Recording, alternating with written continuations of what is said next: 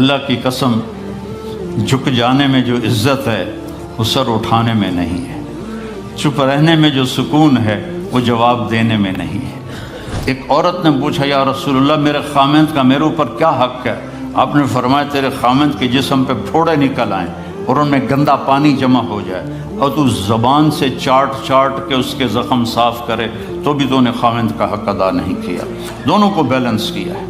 بہترین مسلمان وہ ہے جس کا بیوی کے ساتھ اچھا سلوک ہو۔ جب تک آپ کو صبر اور برداشت کرنا نہیں آئے گا آپ کی زندگی خوبصورت نہیں ہو سکتی۔ غصے کو پینا سیکھو، غصے کو دبانا سیکھو، غصے کے وقت چپ رہنا سیکھو تو آپ کی زندگی بڑی خوبصورت ہو جائے گی۔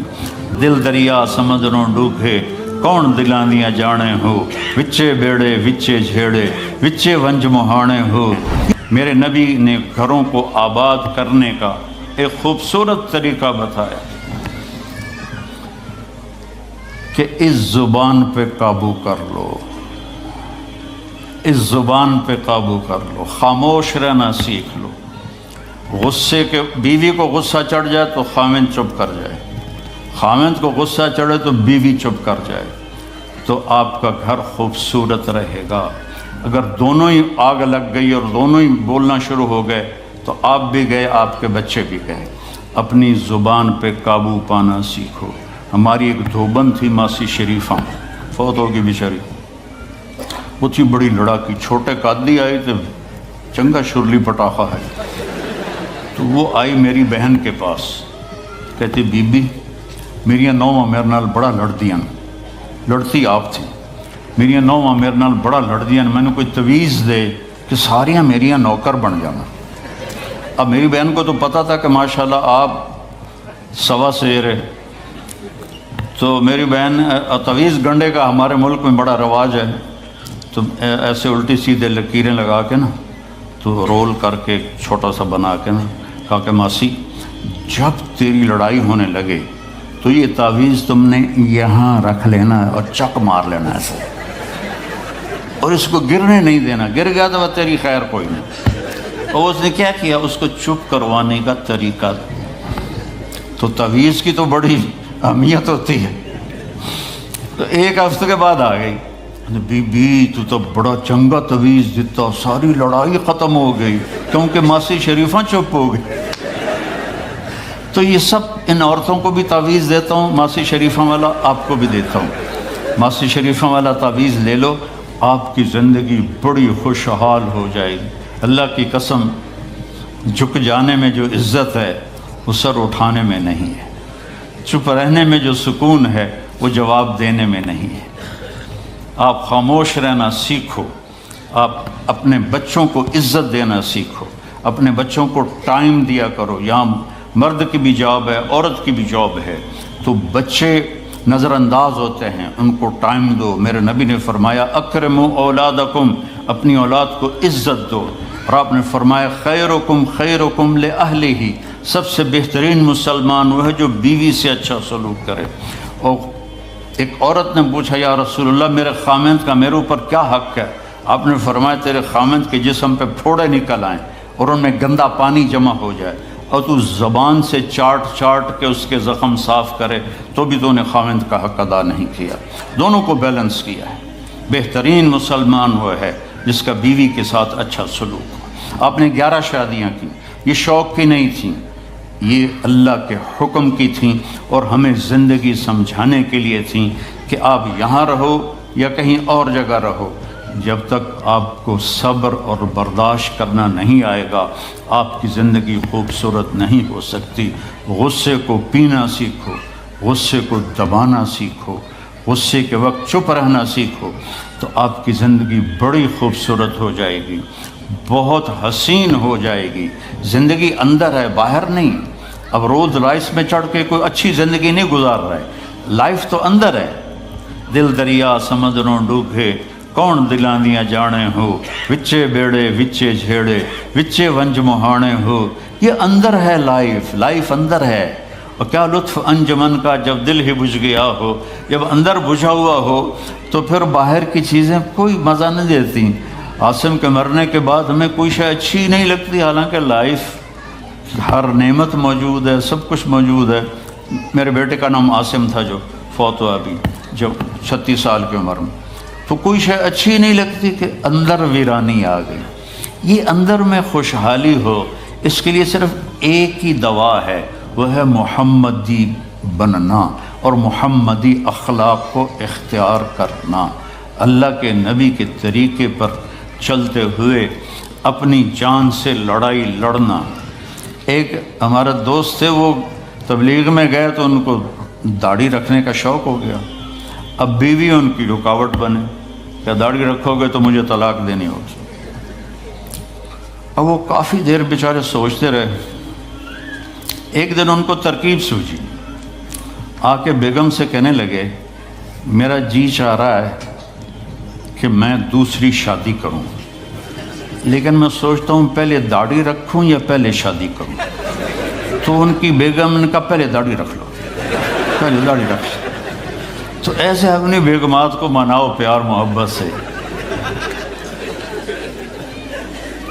عزت تو نبی کے طریقے میں ہے، نبی کا طریقہ چھوڑ کے۔ میرا والد مجھے ڈاکٹر بنانا چاہتا تھا، تو آج میں یہاں کھڑا ہوتا، اگر میں ڈاکٹر ہوتا، میرا چھوٹا بھائی ڈاکٹر ہے، بہت اعلیٰ ڈاکٹر ہے،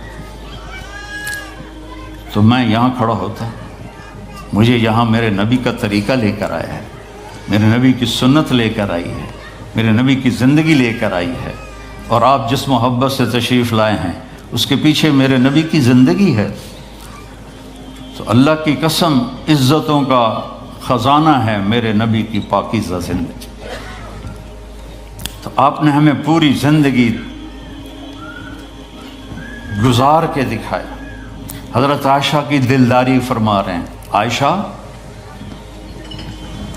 انہو لیہون علی ان اریتک زوجتی فی الجنہ، عائشہ مجھے تو جب سے پتہ چلا ہے تو جنت میں میری بیوی ہے، میرے لیے تو مرنا ہی آسان ہو گیا ہے۔ بھلا جس نے رب کو دیکھا ہو اس کے لیے کسی اور کی حاجت رہ جاتی ہے؟ باقی یہ صرف دلداری کے لیے تھا۔ ایک دوسرے کی تعریف کرو، ایک دوسرے کے لیے اظہار محبت کرو۔ آج کا ماحول ایسا ہے، بیگم سے کہو گے آئی لو یو، کی خیر تو ہے کی ہے، وہ تم سے کہے گی آئی لو یو تو تم بھی پوچھو گے خیر تو ہے، کوئی چکر تو نہیں آ رہے۔ اظہار کرو، اظہار محبت کرو، اس سے آپ کے پاؤنڈنگ ہوگی۔ اولاد کو ماں باپ سمجھتے ہیں بس ہماری اولاد ہے، ہمیں ان سے پیار ہے، ان کو عزت دو، ان سے اظہار محبت کرو۔ ڈاکٹر عبدالحی صاحب ایک بڑے بزرگ گزرے ہیں، وہ اپنے ایک مرید کے ہاں کھانے پہ گئے تو پوچھنے لگے کھانا کس نے بنایا؟ تو مرید نے کہا جی میری بیگم نے بنایا۔ کہا اس کو بلاؤ۔ ان کی بیگم آ گئی تو فرمانے لگے بیٹی آپ کا کھانا کھایا بہت ہی اچھا تھا، بہت مزے کا تھا۔ وہ رونے لگی دھاڑ دھاڑ۔ تو وہ ڈاکٹر صاحب پریشان ہو گئے کہ بیٹی خیریت تو ہے، کیا ہوا؟ تو وہ کہنے لگی حضرت آپ کے مرید کے پاس مجھے 30 برس ہو گئے، 30 سال، کبھی ایک دن اس نے میری کسی چیز کی تعریف نہیں کی۔ تو اظہار کرو، اظہار کرو۔ حضرت فاطمہ وہاں سے دروازے میں داخل ہو رہی ہیں، آپ کمرے میں بیٹھے ہوئے ہیں یا لیٹے ہوئے ہیں یا کرسی پر ہیں یا زمین پر ہے۔ جو ہی حضرت فاطمہ تھے تو ایسے تیزی سے آگے بڑھتے تھے، وہیں نہیں کھڑے رہتے تھے، اور ایسے حضرت فاطمہ کا ہاتھ پکڑ لیتے تھے اور اس کو یہاں بوسہ دیتے تھے، اور کبھی ماتھے کا بوسہ لیتے تھے، پھر ہاتھ پکڑے پکڑے ان کو ایسے لاتے اور چارپائی پہ بٹھاتے، اس کے بعد خود بیٹھتے تھے۔ یہ میرے نبی کی عزت ہے اولاد کے ساتھ۔ یہ عزت دو، وہ تمہارے رہیں گے، تمہارے بن کے چلیں گے۔ ان کو نصیحت کی ضرورت نہیں ہے، ان کو تمہارے پیار کی ضرورت ہے۔ اور جب اللہ کے نبی حضرت فاطمہ کے گھر جاتے تو حضرت فاطمہ یہ کرتی تھی، وہ کھڑی ہو جاتی، آگے بڑھ کر اللہ کے نبی کے ماتھے کا بوسہ لیتی، پھر ان کا ہاتھ پکڑ کے ان کو چارپائی پہ بٹھاتی، پھر خود نیچے بیٹھتی تھیں۔ تو اظہار بہت بڑی دوا ہے، بہت بڑی غذا ہے۔ انسان محتاج ہوتا ہے اچھے کیے کہ وہ تعریف چاہتا ہے، خوشامد نہیں ہے، خوشامد حرام ہے، اور تعریف واجب ہے کہ اس کی حوصلہ افزائی کرو۔ تو یہ آپ کے بڑے گھر سے اور بڑی گاڑیوں سے آپ کی زندگی خوبصورت نہیں بنے گی، نبی پاک صلی اللہ علیہ وسلم کی مبارک زندگی کو اپنانے سے آپ کی زندگی خوبصورت بنے گی۔ باقی سب دھوکہ ہے، میرے رب کی قسم، سب فریب ہے۔ کچھ سال پہلے یہاں سے کوئی بڑے تاجر کی بیگم گئیں وہاں لاہور، تو مجھے انہوں نے ملنے کی خواہش ظاہر کی، تو ملانے والے نے کہا کہ یہ خاتون کے جو خامد ہیں وہ پاؤنڈ میں اربوں پتی ہیں، پاؤنڈ میں۔ تو ٹھیک ہے، وہ آ گئی اور آ کے رونا شروع کر دیا کہ لوگ مجھے سمجھتے ہیں میں بڑی خوش قسمت ہوں، بڑی دولت ہے، بڑی گاڑیاں ہیں، لیکن میں سب کو کیا کروں، میرے خامد کا سلوک ہی اچھا نہیں۔ ہر شے اس نے زیرو کر دی کہ سلوک اچھا نہیں۔ اس کے چند دن بعد ایک اور واقعہ پیش آیا۔